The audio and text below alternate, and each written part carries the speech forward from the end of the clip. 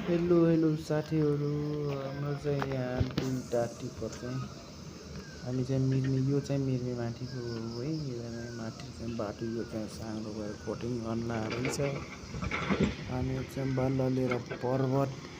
जाने भनेर आएको तर बाटो चाहिँ एकदम डेन्जर रहेछ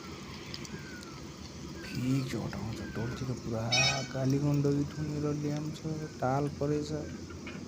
माथिबाट ढुङ्गा खनिदिइरहेछ होइन बिचमा चाहिँ बाटो